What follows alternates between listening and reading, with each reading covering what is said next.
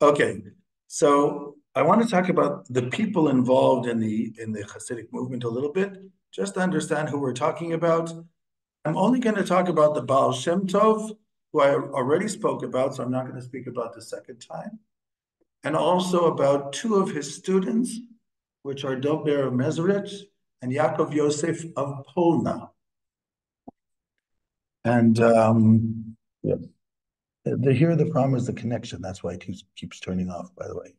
You have a problem with the connection. So when we look at this page of the Hasidic movement, I sent it to all of you now in the email. You can see here Israel ben Eliezer Baal Shem Tov, 1700 to 1760. You know, in those times, if you lived to the age of 60, you were considered quite old. Oh, yeah. In the German Jewish community, all the way up to the 20th century, if a person died after the age of 60, they had to write, he died at a ripe old age. When you look at the archive of the Jews who lived in Volozhin, which today is in Belarus, used to be in Lithuania, in the 18th century and the 19th century even. So there's a list. When people die, there's a list. And on the list, it says, if they died before the age of 40, before the age of 50, so on the list, it says the reason of death. After the age of 50, it says old age. After the age of 50, it says old age. Okay, so just look at this list for a moment. So you have Israel ben Eliezer Baal Shem Tov. You might say that his first students are family members. He has a grandson, Ephraim of Siddelkov. Ephraim of Siddelkov wrote a book, Machane Ephraim, where he brings many things from his grandfather. He has another grandson, Baruch of Medjugorje. And he has a great-grandson, Nachman of Breslov, which maybe you heard that name. So these are family members, but they're also active in the Hasidic world. It's not always so that a person's son continues like them. My father wanted to be in his father's business, but he was no good at business, so he became a rabbi. You know the story about the girl goes to her mother, she says, "Mother, should I marry a rabbi or should I marry a doctor?" So the mother says, "If you marry a doctor, you can be cured for nothing. If you marry a rabbi, you can be good for nothing." The double entendre. So anyhow, but in this case, Ephraim of Siddelkov, Baruch of Medjugorje, and the great-grandson Nachman Breslov were all known names within the Hasidic world. But if you look after the students of the Baal Shem Tov, there are 9 students of the Baal Shem Tov. Now, these 9 people were people who wanted to learn his techniques, as I said, for mystical encounters, experiences. Out of these 9, 2 are extremely instrumental at disseminating the ideas of the Hasidic world. The first one is Yaakov Yosef of Polna, of Polna, not Tolna, of Polna, who wrote the first book on Hasidut, the first book on Hasidism in 1781. And I said yesterday that because of that book, there's a reaction among the opposition. Hey, they're starting to print books. This is getting dangerous. You know, Jews take books very seriously. So books become the building blocks of tomorrow. So that created a whole reaction. He has a disciple called Aryeh Leib of Shpole. Aryeh Leib was sometimes called the grandfather of Shpole. I guess he looked quite old. You know, sometimes people look old, but they're not so old. When I was in yeshiva in Jerusalem, the head of the yeshiva, he looked old for the last 30 years of his life. He had a white beard already when he was in his 40s. And we always thought he was very old, but he wasn't that old. Rabbi Shaffer is much younger than he looks, yes. It's true. But he has also a young attitude, which is interesting. So Aryeh Leib of Shpola. Aryeh Leib of Shpola, I'll mention him later because he and Rabbi Nachman actually did not get along. It's an interesting argument because Aryeh Leib of Shpola, as I said, was a disciple of Yaakov Yosef of Polna, but he was not a relative of the Baal Shem Tov. And Nachman of Breslov was a relative. So the question is it enough to be a disciple, or do you have to be a relative? You have that argument at the beginning of the Islam. I think it's between the Sunni and the Shia, right? About who's in the family and who's the disciple. And so a little bit like this, you have also this argument in the Hasidic movement. Does it go from father to son, or is a disciple just as good? But now look at the second student, Dov Ber of Mezrich, who I mentioned. And I said that he's the most instrumental disseminator of the ideas of Hasidut. And look how many students he has. First of all, his son, who is called Avraham Hamalach, Avraham the angel. They called him that because he was very saintly. But now look at the disciples, and you will see how these people, each one of them, is a powerhouse of scholarship, who created their own Hasidic courts. The first one, Shmulk of Nikolsburg, you wouldn't know, but Aaron of Karlin. Today, there's a whole group called the Hasidim of Karlin. They originate actually in Lithuania, just like Chabad. And they're a sizable group, especially in Israel. That type of Hasidim, by the way, they pray by shouting out loud. The whole prayer service, they shout at the top of their lungs, which is hard to understand, but that's what they do.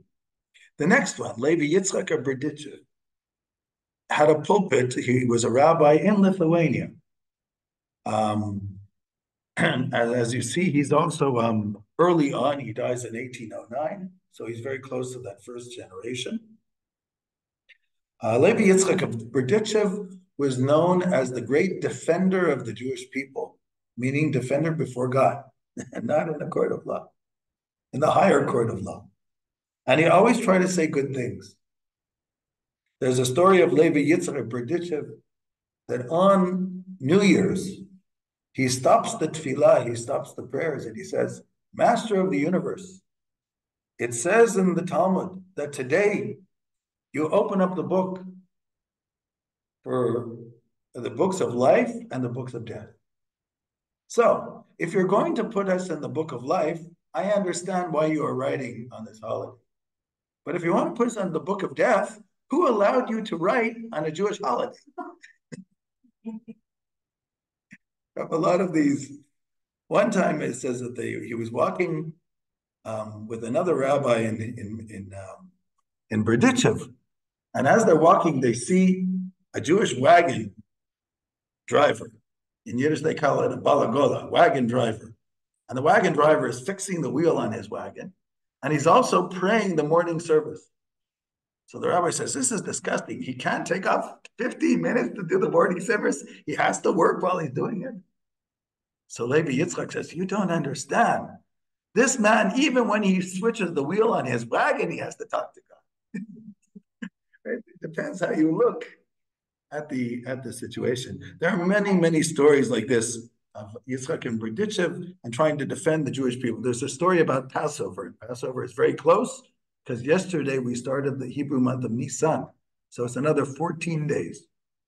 So Yitzchak of Berdichev, Levi Yitzchak Berdichev, he's walking on the morning before Passover.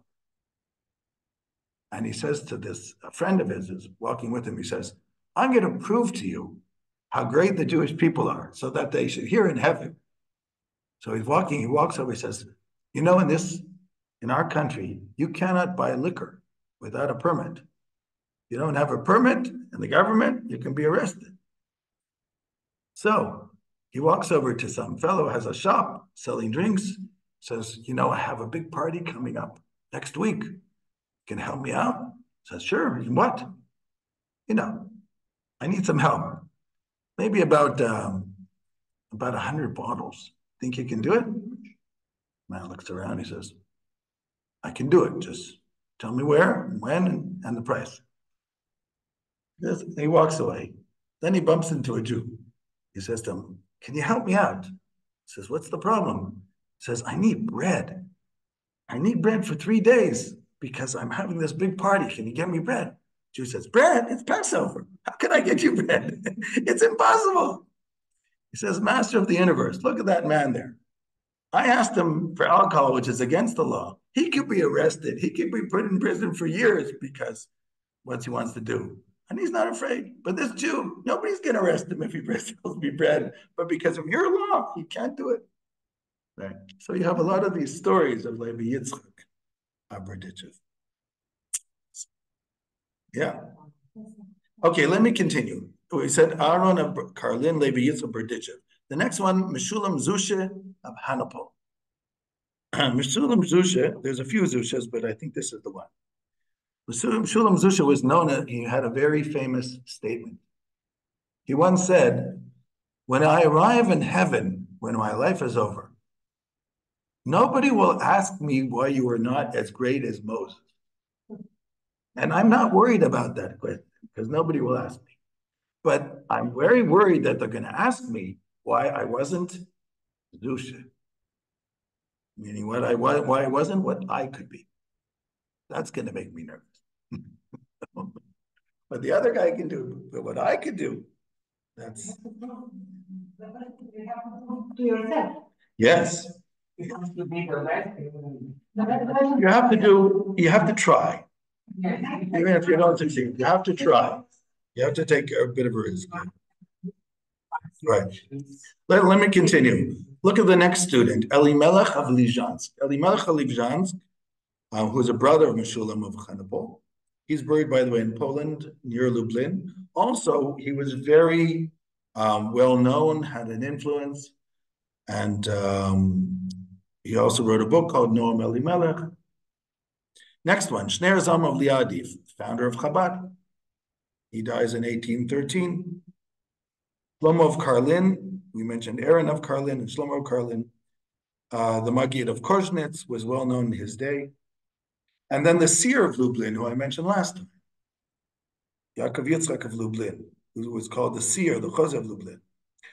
So all these people are disciples of Dober Mezrich. If you include his son, it's 1, 2, 3, 4, 5, 6, 7, 8, 9, 10, 11. Okay, 10 disciples, 1 son, and all these disciples also had students. Then, look, I'll give you an example of the disciples who had their own students. I'll give one example, the seer of Lublin, who died in 1815. So the seer of Lublin had 1, 2, 3, 4, 5, 6, 7, 8, also about 10 disciples. And who are they? Yaakov Yitzchak, who is called the Holy Jew of Psishka. It's a little hard to pronounce. Psishka. Simcha Buni of Psishka, which I'll mention, and Menachem Mendel of Kotsk. Menachem Mendel of Kotsk, his student was the rabbi of Gur. The Gur Hasidim was a very large group today. Tzvi Elimelech of Dinov, who 2 Hasidic groups came from him. Klonimus Kalman of Krakow, who wrote a book, Or Vashemesh. David of Lelov, Yecheskel Koshmir, who was the founder of the Moshetz Hasidim, were the most musical of the Hasidic groups. Question, all of these students, all of these disciples, follow the same steps. They found their own groups. They all created their own courts of Hasidic followers, but there were differences between them. But they followed the Baal Shem Tov. That was the idea. The main ideas that we talked about last time. Those main ideas they followed. What do I mean that there are differences between them? Take the first 3 on this list. Yaakov Yitzchak of Shischa, called the Holy Jew, Simcha Buni of Shischa, and Menachem Mendel of Kotsk. They created their own understanding of what the Hasidic movement is. They didn't agree that it should be a popular movement. They thought it should be for an elite group of scholars, people who are worthy of such things. Remember, the Hasidic movement started as a popular movement. And this is a sort of an opposition within the Hasidic movement who wants it to be less popular.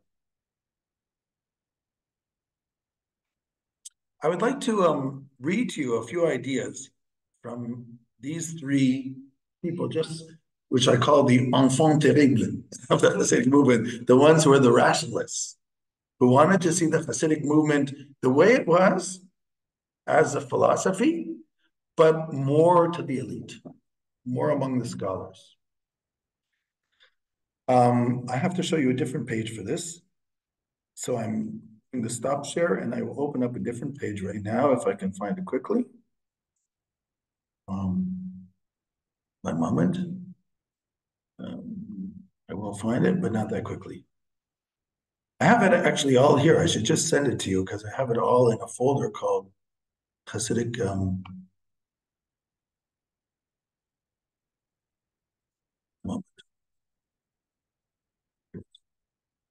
Okay, the school of Peshitcha. I didn't think we would start with them, but I will anyhow, because the school of Peshitcha is very interesting.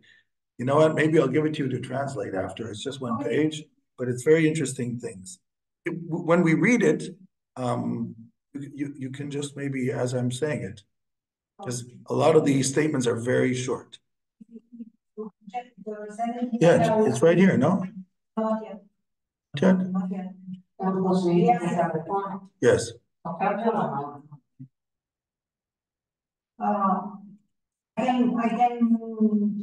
okay, not right now. Okay.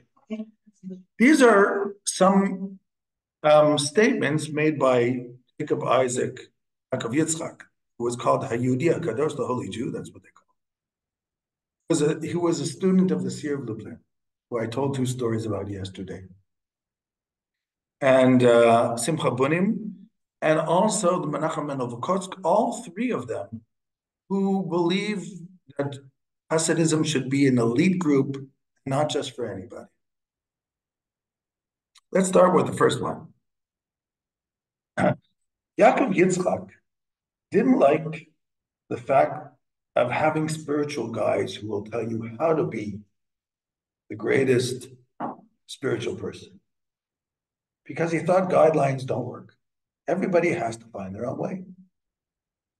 So he had a famous saying that he used to say, every rule that one creates for themselves in the service of God is not a rule. And even this is not a rule. Can you translate that? Fiecare regulă care cineva și-o creează pentru el însuși, în felul în care servește pe Dumnezeu, nu este o regulă. Și nici măcar aceasta nu este. Because in the end, you have to find your own way. So even if somebody tells you the rules, let's say, or the best way, it doesn't mean that for you it's going to be the best, but it might. There was, in golf, you spend a lot of time learning how to hold the golf club. There's a grip that you have to use. And there was a fellow in the United States, his name was Lee Trevino.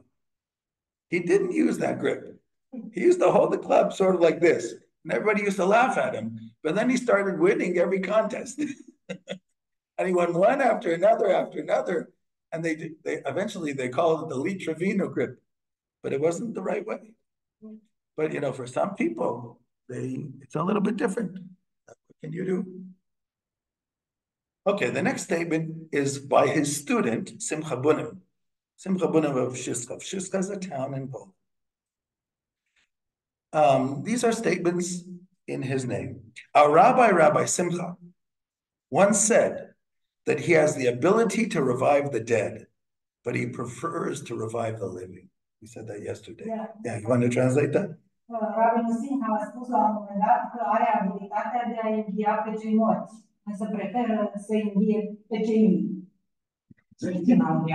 Yes. The second statement of Simcha Bunim. Simcha Bunim was very interesting. Yeah. He said, if you want peace in the world, you have to start with peace in your own soul.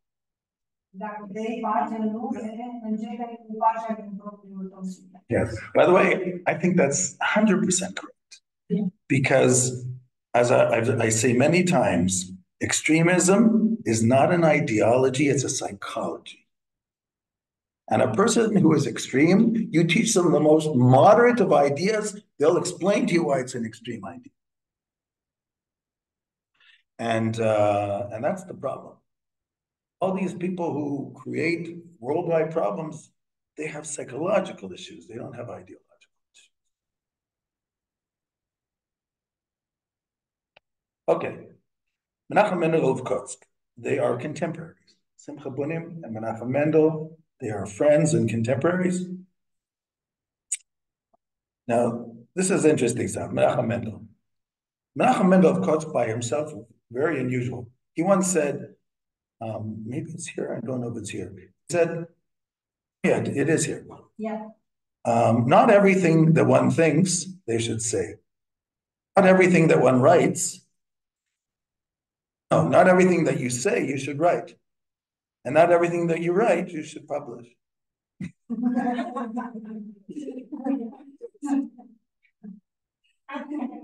was something similar in the martial laws. Okay, so you can translate that now. You're good at that. Yeah. Tot ce gândești ar trebui să...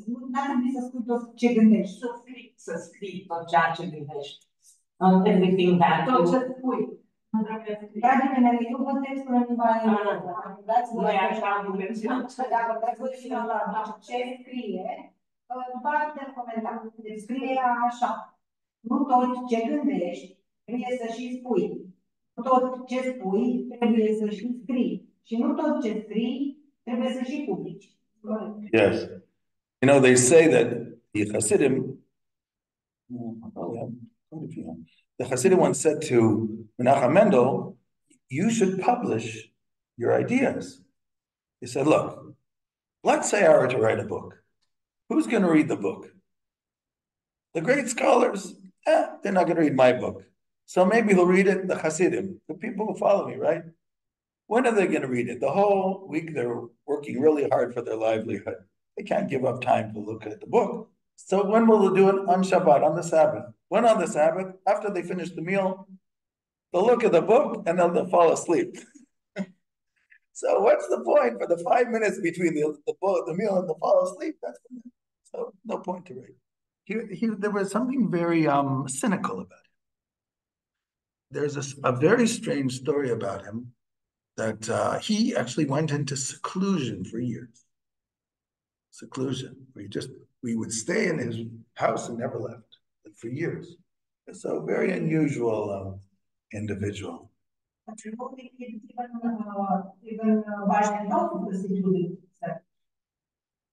Not that not leaving the house. Some people seclude themselves to study, but not 24/7. Here it was something unusual. It's unusual. Okay, let's continue, and then I'll tell you a story about Menachem. Menachem Mendel once said, where is God? God is any place that a person allows them to enter. Where people allow him in, that's where God is. Another statement of Menachem Mendel. When a person wants to scream, and they have a good reason to scream, but they cannot, that's the loudest scream. Wow. Yeah. Când o persoană vrea să țipe și are motive întemeiate să țipe, dacă nu poate, acela e cel mai puternic țipă. I'll say now another statement of his which is connected to what I just said. Menachem Mendel said once, there is nothing more whole, with the W, there is nothing more whole than a broken heart.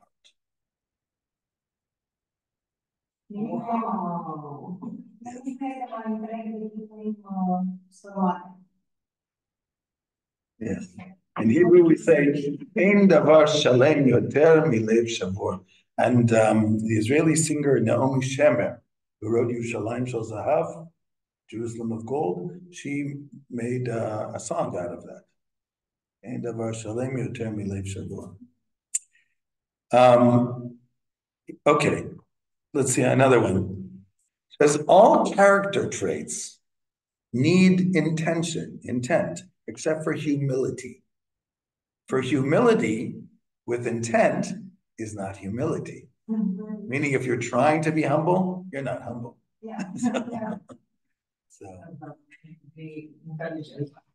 it's something like that. Smart. Toate trăsăturile de caracter au nevoie de intenție cu excepția umilinței. Pentru că umilința cu intenție este umilință. Dar prin umilință înțelegem degrabă stările. You know, the Talmud says that if somebody runs away from fame, fame will catch up to them. Wow. But only you have to run away from it for it to catch up to you. How do you say fame? Fine, yes. So there's a story about this student goes to the rabbi, he says, Rabbi, my whole life I have run away from fame, but it never caught up to me.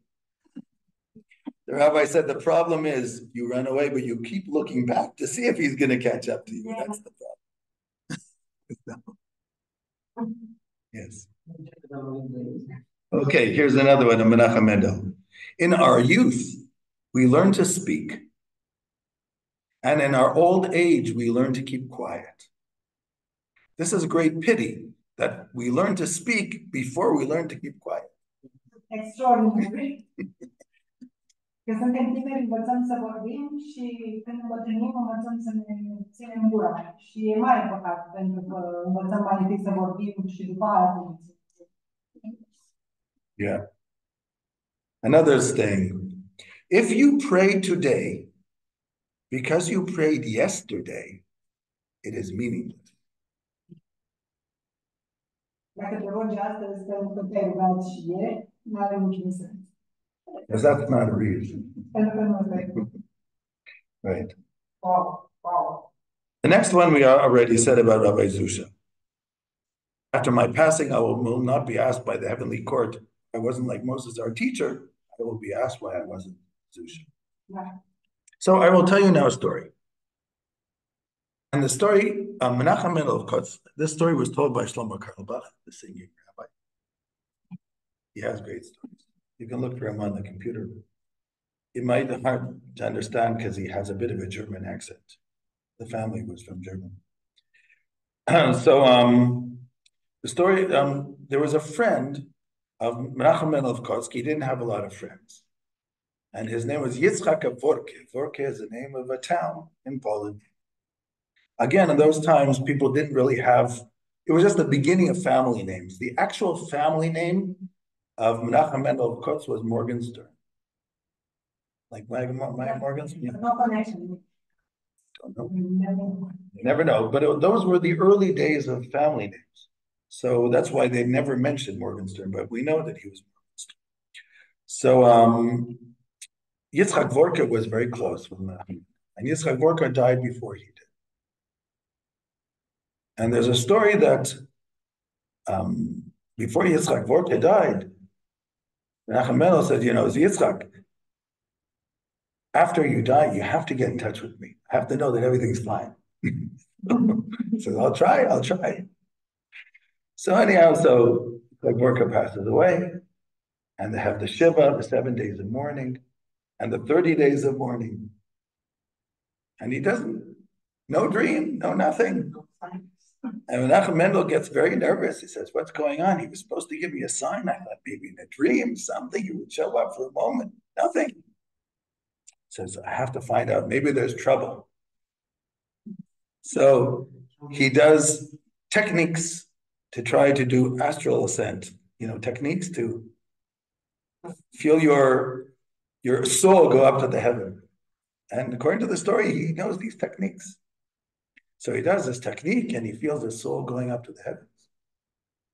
And as he's going up to the heaven, he passes by all these famous names of people who have their little palaces, like Maimonides and Baal Shem Tov. Everybody has a little palace up there. Rabbi Akiva. And he keeps saying, has anybody seen my friend Yitzchak Vorke? No, we don't know. So he goes up further and he talks to angels, whatever. Nobody knows where this Yitzchak Vorke is. The story, right? Then finally, here, one soul that he sees up there says, yes, yes, he's on the other side of the forest. I don't know how there's a forest in heaven, but that's the story. Can't ask too many questions about his story. So he's walking through this forest in the heavens somehow, and it's very dark, and he comes all the way to the other side of the forest.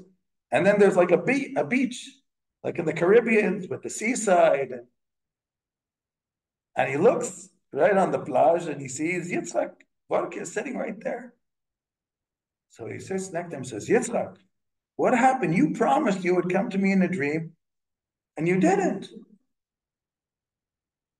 He says, I couldn't. He says, what do you mean you couldn't? Why couldn't you? He says, Menachem. They call him Mendel. You know, when you're Menachem Mendel, in Yiddish, you're always Mendel. In Hebrew, you're always Menachem. So he says, Mendel, I couldn't leave. He says, what do you mean you couldn't leave? He says, Mendel, you don't know where we are, where I'm sitting right now? He says, no, it's like an ocean. He says, of course it's an ocean. What is it? He says, Mendel, this is the ocean of tears. Every time somebody down there goes through a difficult time, any time that somebody is hurt, subdued, enslaved, the tears are collected and they're put in this ocean. And I said, Master of the universe, I'm not leaving until you dry up the tears.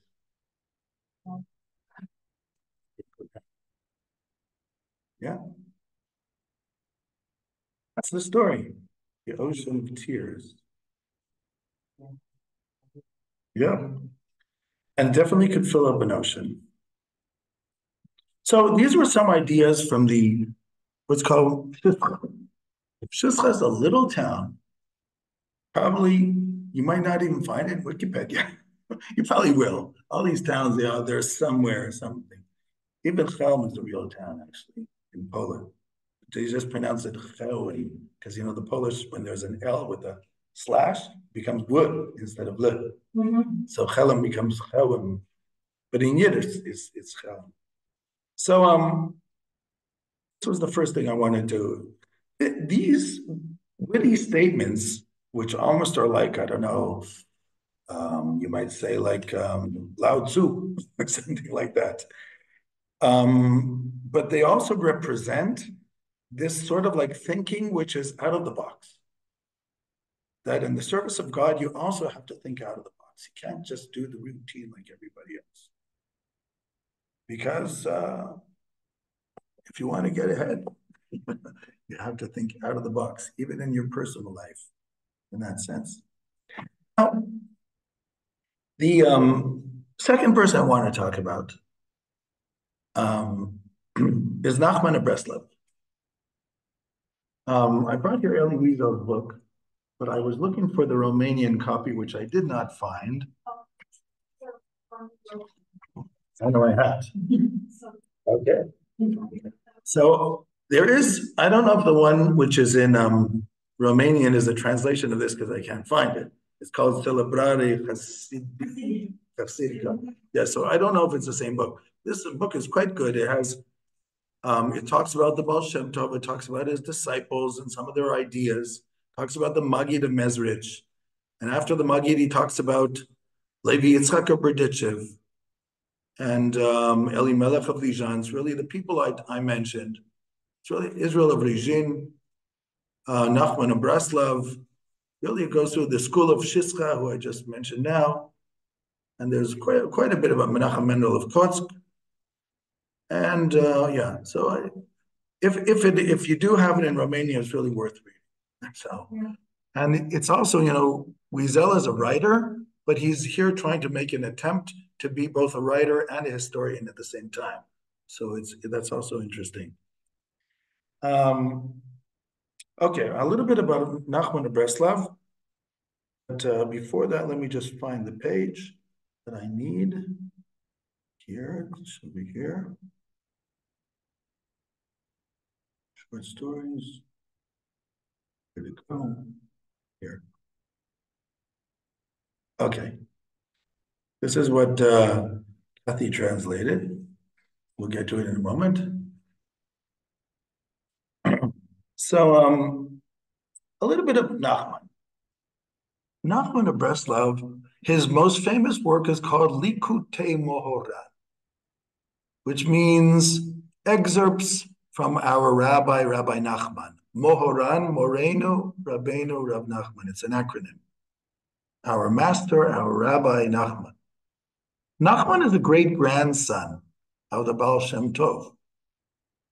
As a young person, he was an ascetic, somebody who lived a very ascetic lifestyle, fasted a lot, did a lot of penitential things in his life as a young man, which is not something that you would perceive the Hasidic movement as promoting as a popular movement, but the Rebbes sometimes were like that.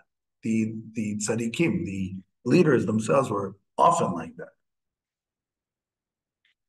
Nachman dies very young. He dies at the age of 38 in around 1811, I think it is. He has, to a great extent, a tragic life. He gets married young, but everybody did in those days. 14, 15, there was just sometimes even 13. But remember, people didn't live very long, so he died from tuberculosis. His wife died from tuberculosis. His son and daughter died from tuberculosis. At the last 2 years of his life, he looked for doctors to help him and couldn't find. And then what happened was, originally he was from the Arab Mitzvah, which is where the Baal Shem Tov was from, because he was great-grandson. And then he moves to Shpole. I mentioned the grandfather of Shpole before, a disciple of the Maggid. When he goes to Shpole, the Maggid, who is the head of that court of Hasidim, doesn't like that this great-grandson of the Baal Shem Tov is coming too close to him. It's our territory. Hasidim are very territorial. You're not allowed to set up a congregation right where we are. This is wrong. And all his Hasidim start saying all these terrible things about Nachman. Finally, he has to leave. It doesn't work. He stepped on somebody else's territory. They gave him his whole life he had problems with the rabbi of Shpole. Then from there he goes to Breslov. In Breslov, he meets the man who is going to make him famous. And this man's name was Natan Sternhartz. Natan Sternhartz, who is also known as Natan of Breslov, is the one who wrote down everything that we have of Rabbi Nachman of Breslov. Nachman wrote nothing. Everything was written by this Natan Sternhartz, who was able to take the ideas of a very insular, isolationist thinker and bring it to the masses. It's an art.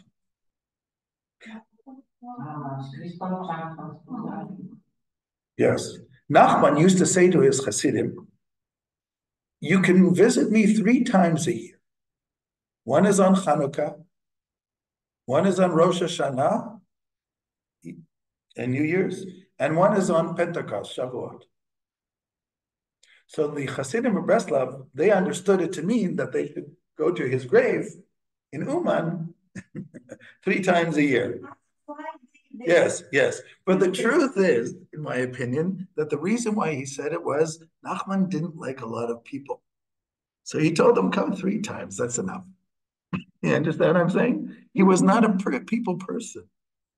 He probably found it very difficult being with a lot of people. There are lots of people like that. It's not unusual. It's not unusual. Isaac Luria didn't get along with a lot of people. Uman is in Ukraine, right? Uman's today in the Ukraine. Yes, yeah. In Ukraine, yes. It was a part of Greater Poland, but then in the Ukraine. So, and in fact, this whole idea of going to Uman started with Natan Sternhartz. Natan Sternhartz decided that after Nachman died, since we can't go see him, we'll go to his grave. And that's what happened. They started going on Rosh Hashanah, on Jewish New Year's, on Hanukkah, and on Jewish Pentecost, Shavuot. But the ones who were in Israel never went. It was only the ones who lived in the Ukraine used to go. This idea of traveling, by the way, today on Rosh Hashanah to Uman, it only starts in the 1970s. It's that late. It's sort of like a marketing idea. And it worked. On Rosh Hashanah, I went to Cluj to spend Rosh Hashanah, and I took Wizz Air, and the plane was full. Like, I didn't think there were any Jews in Cluj. Like, who are all these people? So they were all getting off because they were going to cross the border into the Ukraine and go to Uman. I said, why don't you go to Uman on the side of Yash? It's closer. It says, because there are too many people going there. We won't be able to get in because of the war. So they had to go this way instead of that way. And on the way back, the same thing. They needed a big plane, a 767, because there were so many people coming. It was, yeah. So anyhow, I have mixed feelings about things like that. But whatever, other people see it differently. So Nachman, as I said, was very, people were not his forte, but he was definitely an unusual genius. But as many geniuses, they're not always, not every genius is not every genius is somebody who is an educational prototype. Not necessarily the type that you want your children to follow, because sometimes they are unusual, but they're still genius. They say that Einstein used to forget to put on his socks when he put on shoes. He has like funny pictures too. So I mean, sometimes people are geniuses. They live in their own little world. I think Nachman was a little bit like that too. So, but really his ideas, his ability to understand the human soul and people is really, Nachman once said that he understood everything that people do in their lives. There are only two things he didn't understand. Why is white people shake hands? Couldn't understand that, even though that seems to be the simplest. It means I don't have a sword, so I'm shaking my hand. But for him, that was a big, but everything, even simplest movements of people. Why do people sigh? Like, what does that mean? He has a whole discussion on why people sigh. In other words, for him, everything was a fascination. Everything that happens down here must reflect something in the spiritual world. And he was always interested in understanding what it was. So everything he figured out except for two things, right? So this is, okay. Because of this, Nachman could see, yes. But do we have something left from Nachman? Oh, lots of things. Everything. We don't have people. Yes, a lot. But it's all from Natan Sternhartz. Everything was written by Natan Sternhartz. There's a lot. There's a very big book called Likutei Moharan, but you need a teacher to study the book. Even if you take it in traducción, you need a teacher. And it's quite long. Then you have letters and letters of Natan Sternhartz, where he's writing to people. But I would say Likutei Moharan is the most important. Yes. I want to just take some clips from Nachman of Breslov. These clips are taken from a book which was not written, a book that was put together of some of his ideas. It's called Meshivat Nafesh. So there are different collections of his ideas, which are sometimes summarized. And so I decided to take this. Okay, here you can see it here. It says Nachman Breslov. In English, you have, the English is in red. We'll take the Romanian in black, and we'll start with that. Who would like to start? Well, you're probably closest to see it. She can see it. Okay, let's take the first one. Nachman of Breslov. S'il vous plaît. Oh, it's not there on yours? Oh, mine was. Oh, because it's stuck. Okay. It's stuck your Yeah. What can we do? Oh, I have it. Yes, okay. I don't know why, but it looks like the internet here is stuck. But it doesn't make sense because, I'll tell you why it doesn't make sense because, okay, no, there seems to be, okay, I think it's, a second, if I can find it. Here it is. Oh, for some reason it doesn't work. No, here it doesn't work. Oh, did you have it? Yeah, I have to marriage. Okay, civil play. I will read the first paragraph. Yes, ar trebuiu. Ar trebui să știi că Loud, because they want to hear too. Laura. Yes. Okay, okay. Civil play. Ar trebui să știi că și atunci când ești cufundat în nivelurile de impuritate și ești cel mai jos, încât îți imaginezi că este practic imposibil să te apropii de el, fie ca el să fie binecuvântat, fiindcă atât de mult te-ai îndepărtat, cu toate acestea ar trebui să știi că în locul în care te afli poți găsi prezența lui divină și de acolo te poți agăța de el și te poți întoarce într-o mare pocăință, pentru că prezența lui Dumnezeu nu este chiar departe de tine. Este doar acoperită cu multe straturi de tăinuire. So Nachman is saying, you should know that even if you're immersed in the lowest levels of impurity, and you are at the lowest level, to such an extent that you imagine that it's virtually impossible to come close to God, may he be blessed, due to how far you have removed yourself.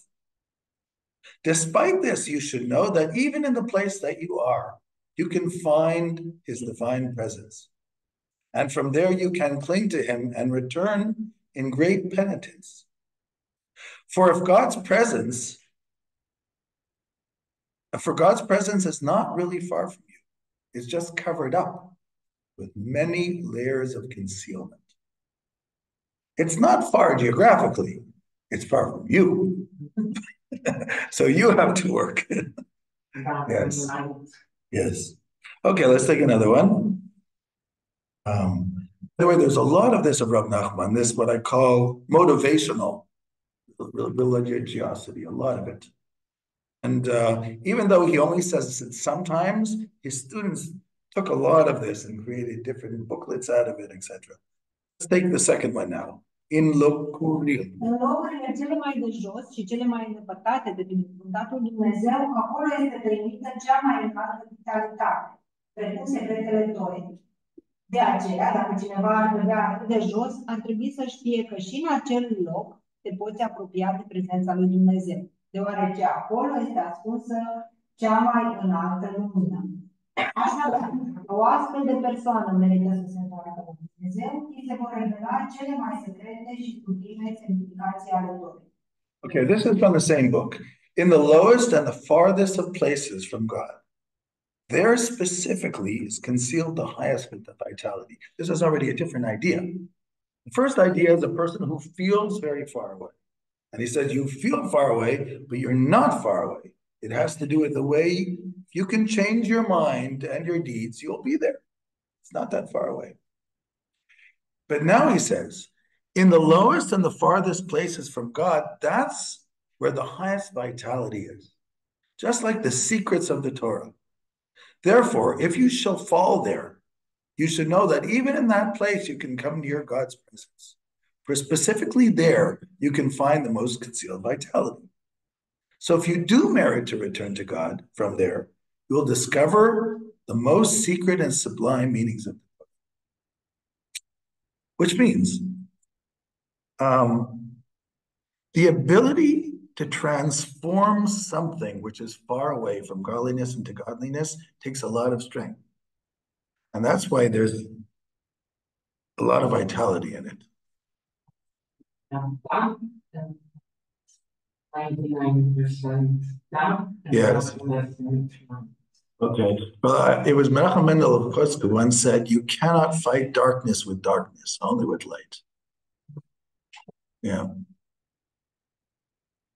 So, by the way, there's in Kabbalistic literature, you also have this idea that sometimes things which are so removed have the ability to bounce back because they are using their power, but for the negative. And if they could harness that power for the good, then it would think of a lot of people in history who destroyed the world. And if they would have used their abilities for the good, we would have been light years ahead instead of destroying the world. Yeah. Okay, this was it? Oh, I thought there was more because there's one famous one. Oh, yes, there is. Okay. 1 second. Okay, why don't you read now the one which goes limpede. E limpede că în realitate, Okay, I want to make sure people see it. Okay, this is also a continuation of the same idea. e limpede că în realitate nu există deloc disperare. Fiindcă simplul fapt că te vezi ca fiind extrem de departe de Dumnezeu, în sine ar trebui să te întărească, pentru că la urma urmei ai realizat că te-ai îndepărtat. Pentru că se poate ca cineva să fie atât de îndepărtat încât nici măcar să nu fie conștient de această distanță.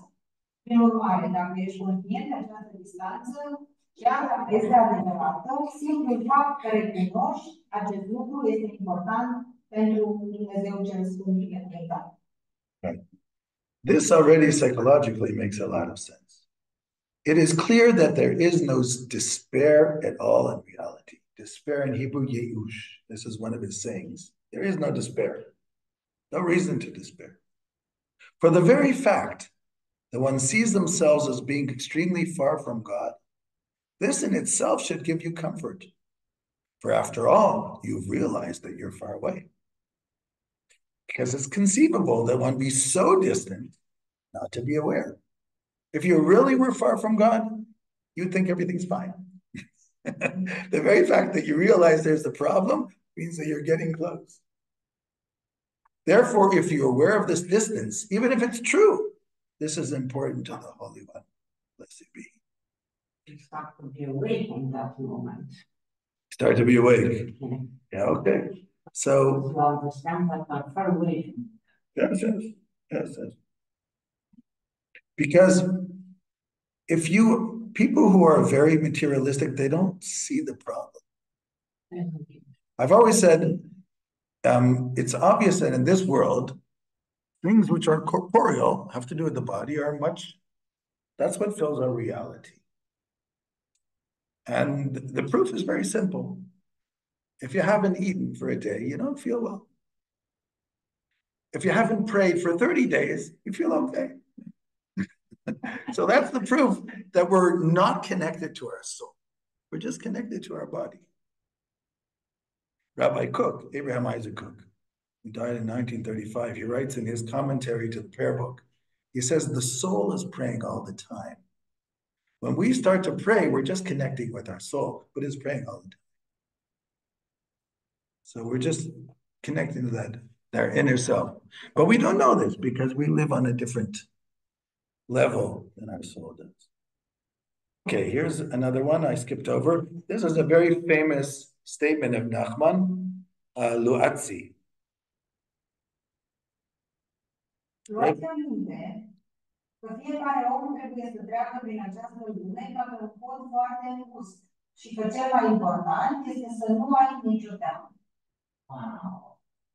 Okay, this has to be understood. Nachman says you should know that a person in this world has to cross on a very narrow bridge. Okay, hold on. I'm opening up. So this world, we're on a narrow bridge. The main thing is not to make yourself afraid. Kol olam kulo gesher tzar meod. It's also a song. Vayikar lo lehitfached klal. And the main thing is not to make yourself afraid. So let's think for a moment what this means. If the whole world is a narrow bridge, if life is like walking on a bridge, it would seem to me logical that the main thing is to get to the other side, because that's what a bridge, its function is to go from one point to another, right? Nachman says, no, that is the fantasy. The fantasy of life is that life looks like a narrow bridge because we live in a world where we think we have to accomplish things.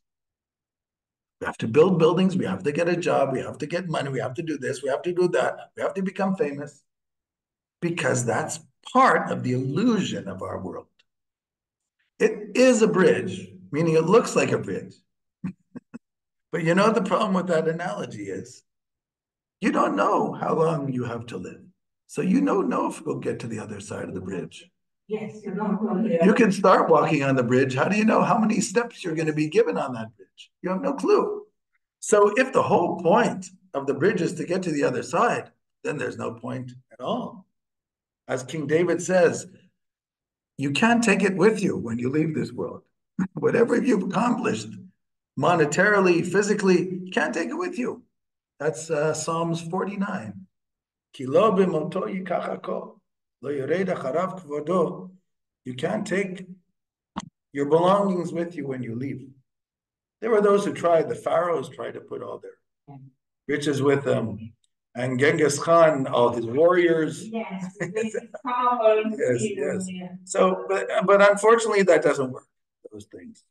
So what is the analogy of the bridge? So Nachman says like this: the world is like a narrow bridge, it's like a narrow bridge. What happens on a narrow bridge? When you're walking on a narrow bridge, if you look right, you look left, you fall in the water. You have to look straight. You have to have a goal. If you look straight, then you don't fall in the water. It's like if a person learns driving. So the driving teacher says, look straight. Because if you look to the right, look to the left, you're going to hit the cars. So in that first year, you keep nicking the cars because you keep looking. No, don't, just go straight. And then you don't hit the cars. So if you're on a narrow bridge, number one is you need a direction. You need a goal. That direction, that goal, that's going to give you meaning. Number two, the goal is not accomplishment. Nachman, by the way, is very much anti-accomplishment. He's very almost denial of the fundamentals of the world. So that's what I'm saying. He might not be the best educational icon, but he's very real in his, very honest in his thinking. He tells it the way he sees it. So for him, accomplishment is a fantasy because all of life is like a dream. You know, you're having a dream and you win the lottery and you have €1 billion and you feel good. Then you wake up, hey, where are the €1 billion? Where did they all go? For Nachman, that's this world. So then what is the point? The point is, number one, you have to have a goal. You have to know where you're going. And when you take every step on that bridge, did you take every step with the believing in the ideas and the ideals that you decided when you started going on that bridge? So if you took every step with self-confidence and followed the rules and the behavior that you decided you want to follow, then it doesn't matter how many steps you took. Every step, you accomplish something in yourself. That's it. That's the goal. So what does it matter if you live 20 years or 100 years? It's all the same. And in fact, if in 20 years you did it right, maybe in 100 years you'll do it wrong. So you never really know. So that's Nachman. Okay, I'm gonna, yeah. Let me just see if there's one or more thing here. Oh, by the way, Nachman has a very famous statement, which I saw that somebody wrote on the top of a building in Tel Aviv. I saw this because my sister and brother-in-law rented this place in Tel Aviv, which had a roof. You could look out on the roof, and I could see it on this building next to us, the statement of Nachman. So I'll tell you what the statement says. I'll see if it's here. If it's not here, I will find it, or just say it. A moment. What else is here? Here it is.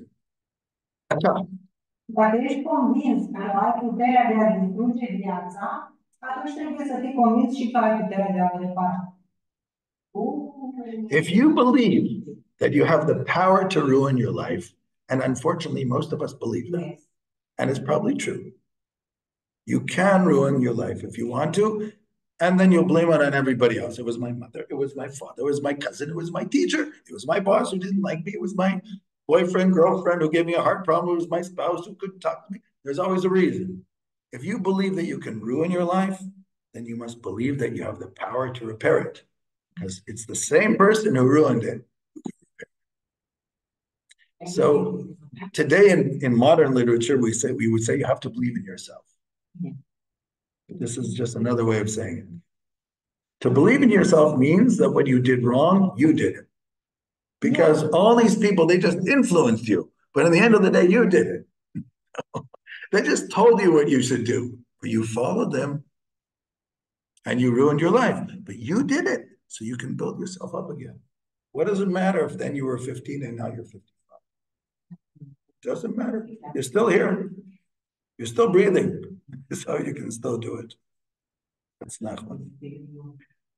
I finished off this page. I had this. I was in Montreal and for Rosh Hashanah many years ago, in the young people's minyan. So I had young people service, and had all these a little booklet about the prayers. So I added in something that I found at the English department in Bar Ilan University on somebody's door, one of the professor's door. I just thought it was very cute.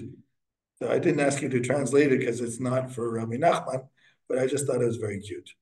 Yeah, I wrote it. It's very good. Yes. You wrote it also in Romanian? I wrote it, I didn't write it down. Okay. But I can. No, that's okay. It goes like this. Dear Lord, so far today, I have been all right. I have not gossiped. I have not lost my temper. I haven't been greedy. I haven't been grumpy. I haven't been nasty or selfish or overindulgent. I'm very thankful for that. But in a few minutes, oh Lord, I'm going to get out of bed. And from then on, I'm going to need a lot of help. Amen.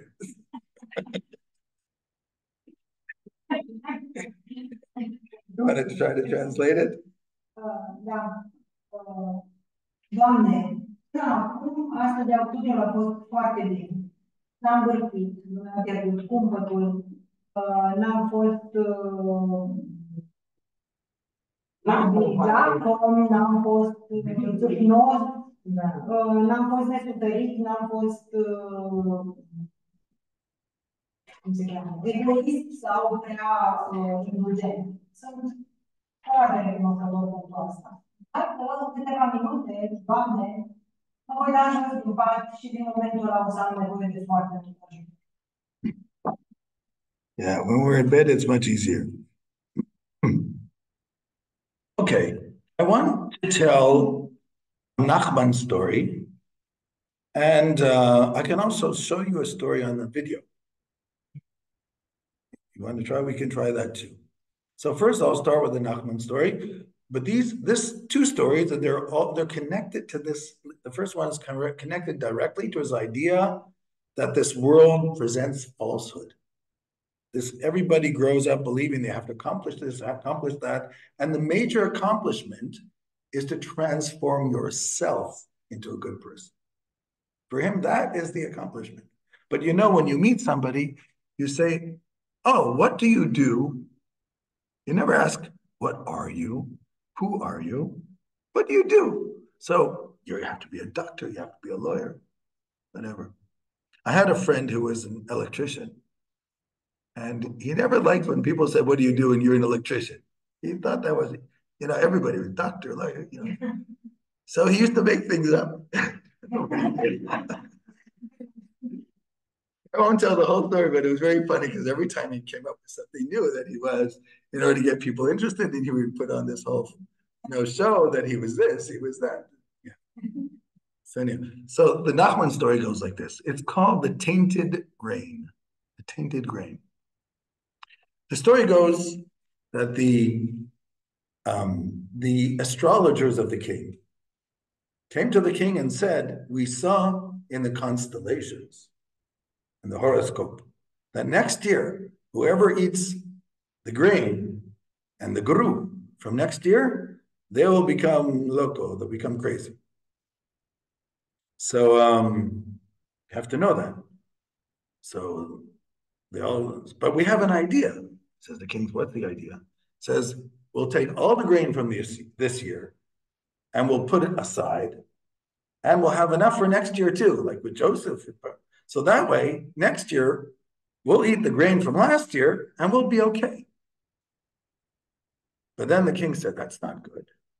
Because if we're okay and the whole world is crazy, they will think that we're crazy and they're normal. How do you say crazy? Nebun. So if we're normal and they're nebun, they will think that we're nebun and they're normal. Right? That's the problem. So that's not going to work. So So the king says, I have an idea. He says, what we should do is like this. We should put a mark on our forehead, but we will eat the gru from next year and will also become Nebun. But when we see the mark on our forehead, we will remember that we're Nebun. But nobody else will know, only we will know. Okay? That's the Nachman story. Now, this story for Nachman is the way he sees the world. Everybody in the world is crazy. We always think that the best thing of life is money, a fancy house, the best car, a Rolex watch, right? That's the best thing. It's crazy. What are you going to do with it? How many do you need? Why do you need to be a billionaire anyhow? How many houses do you have to live in? How many cars can you drive in at the same time? And you're going to have a house in every city in the world. So what do you do? Every month you'll live in another, every day you'll live in another one. What's the point?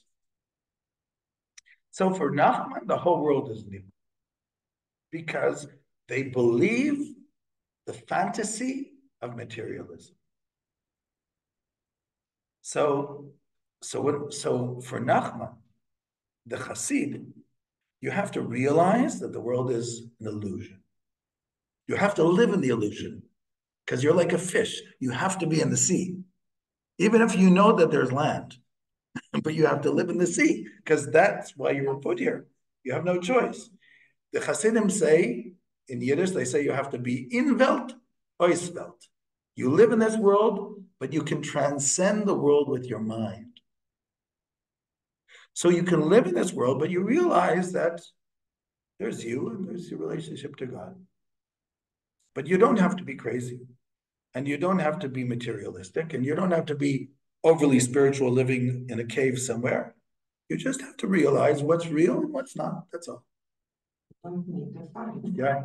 You know, I have a friend who did a doctorate on actors in the theater.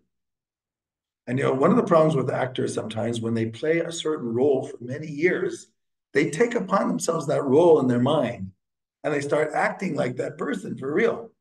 So it's good sometimes to play different roles, especially people, you know, who they become popular on the television. And for years, Columbo, let's say, I don't know, they're just certain people, half their lives, they've played a certain person. So they start thinking they're that person. This is what happens to us, according to Nachman. We live in a world we might have known as children. Somebody might have told us, but after a while, you just get so much into it that you can't think differently. How do you transcend materialism? You transcend by being fickle. Because think for a moment. The basic rule of the natural world of evolution is called survival. Just survival. Once they called it survival of the fittest, that was Darwin. Today it's called the idea of survival. Every living organism wants to survive. Even if it's not living, like a virus, meaning it doesn't have all the definitions of life, but it's there. It's an organic structure. So a virus, it comes into this world and it has to survive. So it has to get into as many people as possible. And the viruses, like COVID, they have to be very aggressive. But then what happens is the virus starts realizing, hey, I think I'm killing the place where I want to live. This is not working. And then what happens is naturally the viruses become less and less aggressive and more catchy. Because all they want is to remain in your body. They don't want you to die, because if you die, they die. They know that. So, yeah. So it's like that, but every organism wants that. Human beings want that too. We want to have everything that we can have in order to support ourselves, that we can thrive and live and have the next generation. What is ethics? Ethics means that I am willing even to give up something that I need for my survival because you might need it more. That goes away against every law of nature. It's not that I'm going to destroy myself, but I know that I can get it tomorrow. Why do I need it right now? I have enough for 3 people, you know, you can have one too. There is a little bit of this in the animal world, but only instinctively, if you know what I mean. Like somebody once said, the difference between human beings and dogs is that the dogs will never put somebody stupid as the leader of the pack. Because in the animal kingdom, you'll just do something which makes sense if you want, instinctively. So what, you're going to use somebody who doesn't know where they're going. But in politics, we do that sometimes. Human beings can do that. That's why one important thing for Hinduism is the philanthropy. Philanthropy, well, it's important thing for everybody who believes in ethics. Yeah, but it's more Yes, yes. And for people to believe in ethics, you have to also have at least a certain feeling for God. You have to have a feeling that there's more than this world. Because in the end of the day, if there's only this world, it's very hard to justify ethics. There are a lot of people who are just good people. That's the way they're brought up. So they don't think about it a lot. But if you think about it philosophically, it's like Kant. Immanuel Kant said that why are people ethical? Because unconsciously they believe in the summum bonum, that there's some reward in some type of world to come. That's what he thought. By the way, Kant had a very difficult time with Judaism, even though he was friendly with Moses Mendelssohn, who was older than him, by the way. And what he didn't understand, he says, I look in the 5 books of Moses, and it doesn't talk about an afterlife in a world to come. Kant find that very strange. How can the main book of a religion not talk about the world to come or an afterlife? You have it in the New Testament, you have it in the Quran. Where is it? This, by the way, is addressed in Jewish sources. And Rabbi Kook, just to give you an example, Rabbi Kook writes at the beginning of the 20th century, said, if the Bible was to talk about the world to come, it would dwarf the meaning of the commandments. Because why am I supposed to do a good deed? Because I believe in the good deed, right? I want to help the blind person across the street because I want to do a good deed. Because I care about this person. I want to help my parents because they helped me when I couldn't help. I want to feel that I can do something for them. I'll even help something I don't even know because I think that's the way society should be. Or else we'll never be able to live together, right? So, but if I'm going to start, even if I'm taught, give charity because God will give you points and a place in the world to come. Right? Or help the poor person and that guy crossing and the handicapped because you'll get points in heaven. So then I don't care about ethics anymore. I just want points in heaven. That's how religion destroys morality. That's not the point. God looks for justice and righteousness, it says in Genesis. He chooses Abraham because Abraham will walk in the path of justice and righteousness. And if he's going to say, Abraham, it's great that you're doing justice and righteousness because you're going to have a place in the world to come. Abraham would say, but I'm doing it for you anyhow. Why do I need a reward? So the Torah cannot talk about the reward because it is counterproductive. The fact that we'll get a reward, we believe in the world to come. We believe in life after death. But to talk about it, it becomes counterproductive. It's an interesting idea.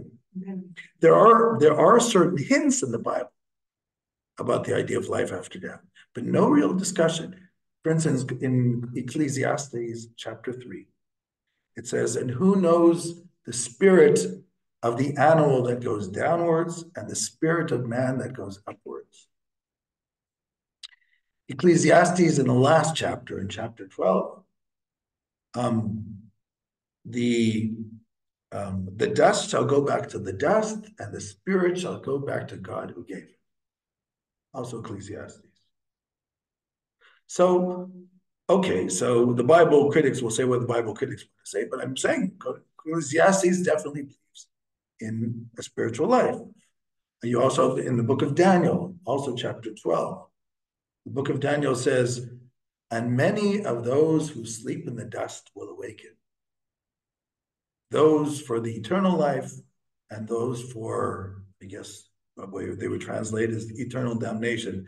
In Hebrew, the word is a little bit dera'on olam. It's sort of like eternal decadence. Yeah. That's in Daniel chapter 12. So I mean, you have things like that, but Judaism only talks about it in the oral tradition because they don't want to talk. It looks like the Bible doesn't want to talk. You don't follow the Bible because you're looking for a reward. You follow because it says God tells you this is the instruction manual. You want to get the best out of the human being, this is what to do. You're going to ask me why? Try it. So I'm not going to, that's, right. Maimonides, in his introduction to Chalik, it's one of his introductions to the rabbinic literature. He says, when we speak to children and we tell a child why they have to go to school. So if you say to the child, you have to go to school because I want you to learn how to read and write. Child say, well, why do I have to read and write? Is that going to give me a candy? Will that bring me chocolate? Well, maybe not directly, but indirectly, you might help. Indirectly. I asked you for chocolate, I get a chocolate. What does that have to do with reading and writing? He says, I have an idea. You go to school, you get good marks, I'll give you chocolate. How about that? Says, now you're talking. Okay, so the child, when they're 8 years old, they go to school because they're waiting. Sometimes they like stickers, stars, with little animals, right? Things like that. Then it gets more sophisticated, it becomes chocolate. Then it becomes hamburgers. Then it becomes a skateboard. Then it becomes a computer. And then it becomes a more, well, let's say your cell phone and a better cell phone, and then a computer game, and then a car, then a bicycle, then a car, then okay. But Maimonides says that's okay for children. What about adults who say, why do I have to study? What am I going to get out of it? If the adult you have to explain, that's pathetic. If by the time they're 25, 30, they don't understand how wisdom can help them in the world, then there's little you can do by that point because they missed the point. Or try and understand what the point of being here is in the first place. So something like that is going on. So the rewards you have to sometimes talk about for certain people. But the people who got the point, they don't need the description. They just describing rewards. It's not about that. And that's why it's not always healthy to talk about rewards, because then people don't get the idea. They don't understand what it says in the ethics of the fathers, schar mitzvah mitzvah. The reward of the commandment is the fulfillment of the commandment. Yes, that is the goal, that a person understands, wait a sec, this is helping me. This is helping me. Somebody once said that of all my teachers, all my life, the best teacher was the one in first grade. Because every teacher, I could have debated what they taught me. But A is still A and B is still B. So the one in the first grade, they're the ones who taught me something most useful in my life. Where are we holding? Okay, I think we'll hold it at this at the moment. A little bit about Nachman. I think tomorrow I will start with a short film on one of Rabbi Nachman's stories. I would like to explain tomorrow two stories, which one is more difficult than the other, but because it's difficult, it's very interesting. Because Nachman is a difficult person to understand, but once you start figuring him out, he's very interesting. You get a little bit into his head, and then all of a sudden, you see the way he sees a human being. When people live by themselves a long time and they're smart, there are a lot of things they can figure out that we don't always have time to figure out because we're busy. Yeah. Okay, merci. We will figure out a way to project the movie on. Oh yeah, that's a good idea. Very good idea. Okay, thank you everybody. Thank you for joining. Thank you, Eliana and Luxa and Diana. And